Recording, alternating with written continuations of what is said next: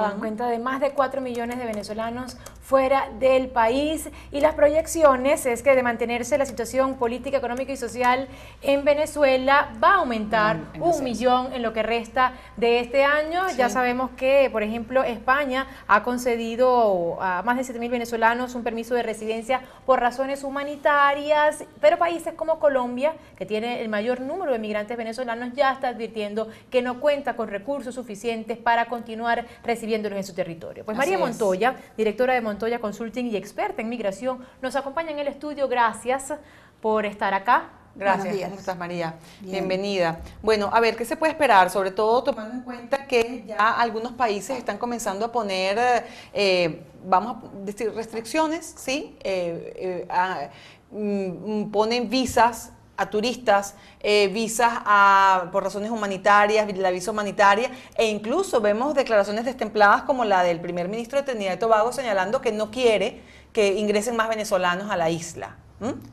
Fíjate una cosa, no son restricciones. En todo caso, los que estamos de este lado o los ciudadanos de a pie, o si vemos las noticias decimos, oye, pero qué barbaridad que entonces ahora generen estas trabas, que la gente no puede entrar a los países más cercanos a Venezuela, pero no son restricciones, son mecanismos. Medidas de ellos, ¿no? Sí, son mecanismos de organización. Incluso, fíjate lo que acabas de decir, Colombia ya está anunciando que no tiene la capacidad de recibir a más venezolanos. Y no estamos hablando de capacidad territorial, estamos hablando de capacidad económica.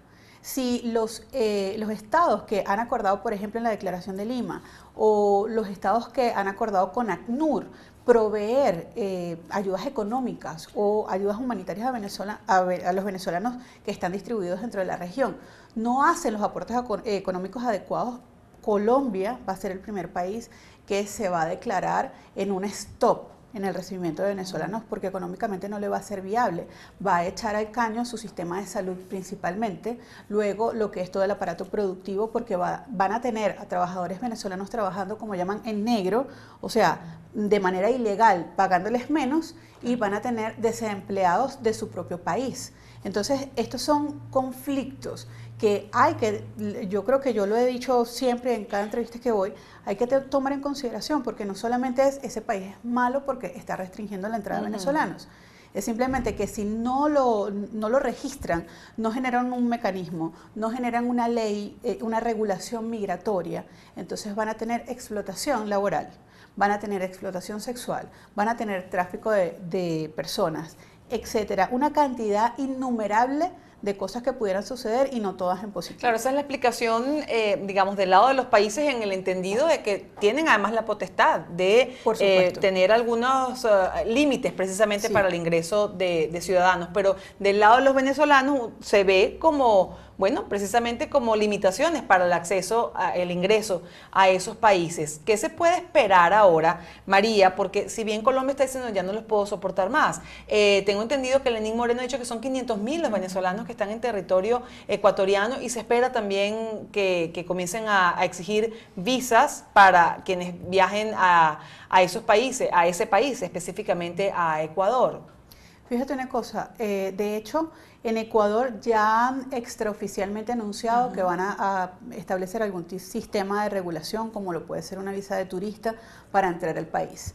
Porque hablamos siempre de las cifras oficiales, 500.000, pero quizás hay cifras extraoficiales de las cuales no tienen información, porque es gente que entra dentro de los 30 o 60 días que tienen para entrar en calidad de turista como en cualquier país, y sencillamente se quedaron y me quedé y ya no me fui, entonces no tengo una documentación legal o no tengo una residencia legal. Esto sucede en todos los países que han aceptado venezolanos. Hay un registro oficial y hay subregistros. Por ejemplo, en Colombia, que es donde hay más venezolanos, se estima que hay un registro de 250.000 personas que no están dentro de la contabilización que hace Colombia. No diciendo así o sin menoscabar el hecho de que ACNUR ha hecho un conteo de 4 millones, estima que finalizando el año sean 5 millones, pero ¿dónde nos quedan los subregistros de las personas que no están regularizadas? Claro.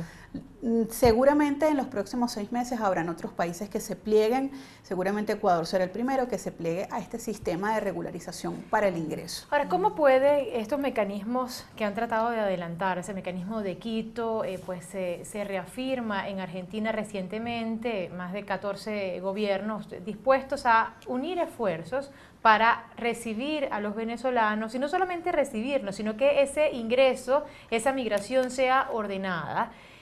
¿Cómo lograrlo en momentos cuando Smolansky, el coordinador de la OEA para los refugiados de Venezuela, David Smolansky, ha dicho que considera que a la crisis migratoria venezolana no se le ha dado una atención global, que es la región, los países cercanos a Venezuela, quienes han estado atendiéndolos con sus recursos, pero no se han levantado, por ejemplo, los fondos necesarios para que estos países puedan seguir brindando esta asistencia? Claro, enlazo este comentario tuyo con el que hice anteriormente.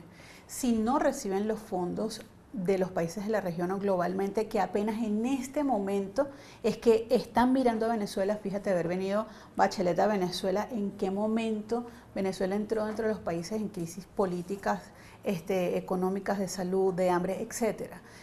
Definitivamente la situación de los venezolanos debe ser globalizada y debe existir un fondo o la creación de un fondo económico, quizás avalado por el Banco Interamericano de Desarrollo, por la CAF, debe tener una envergadura de este tipo para que pueda ser ejecutable, porque el asunto es que quizás los ciudadanos de a pie no entendemos que los tiempos políticos corren muy diferente a los tiempos regulares de los seres humanos, por llamarnos de alguna forma, los ciudadanos de a pie. Y por otra parte, también hay una percepción de un doble discurso. Yo los quiero ayudar, hablan los países, yo los quiero ayudar, pero Trinidad y Tobago dice, no quiero ver ni un venezolano más acá. O ayer, por ejemplo, el gobierno de Estados Unidos, el gobierno de Trump ha dicho que no va a otorgar, por lo pronto, el TPS a los venezolanos. A los venezolanos que están solicitando. Claro, entonces hay una percepción de un doble discurso entre que los quiero ayudar, pero entonces coloco mecanismos que se pueden entender como de restricción y realmente son de regulación. Hasta tanto no exista o no se conforme un organismo multidisciplinario, bilateral, multinacional, donde globalmente sea reconocida y aceptada la situación de los venezolanos para generar un fondo económico, no se va a poder sostener la situación. No, pero la ONU anunció a finales del año pasado un plan para ser ejecutado este año cuyo elemento fundamental incluye levantar los fondos necesarios para poder atender a este incremento de los migrantes venezolanos. Pero pareciera que no se ha materializado. Y por otra parte, lo que dice Smolansky, ¿cómo vas a organizar u ordenar la migración si no depende de nadie? Simplemente son personas que agarran un bolsito y meten su vida en esa mochilita y se van. No hay forma de que ningún organismo lo pueda ordenar. Simplemente a lo interno las naciones son las que deben establecer los mecanismos. Sí.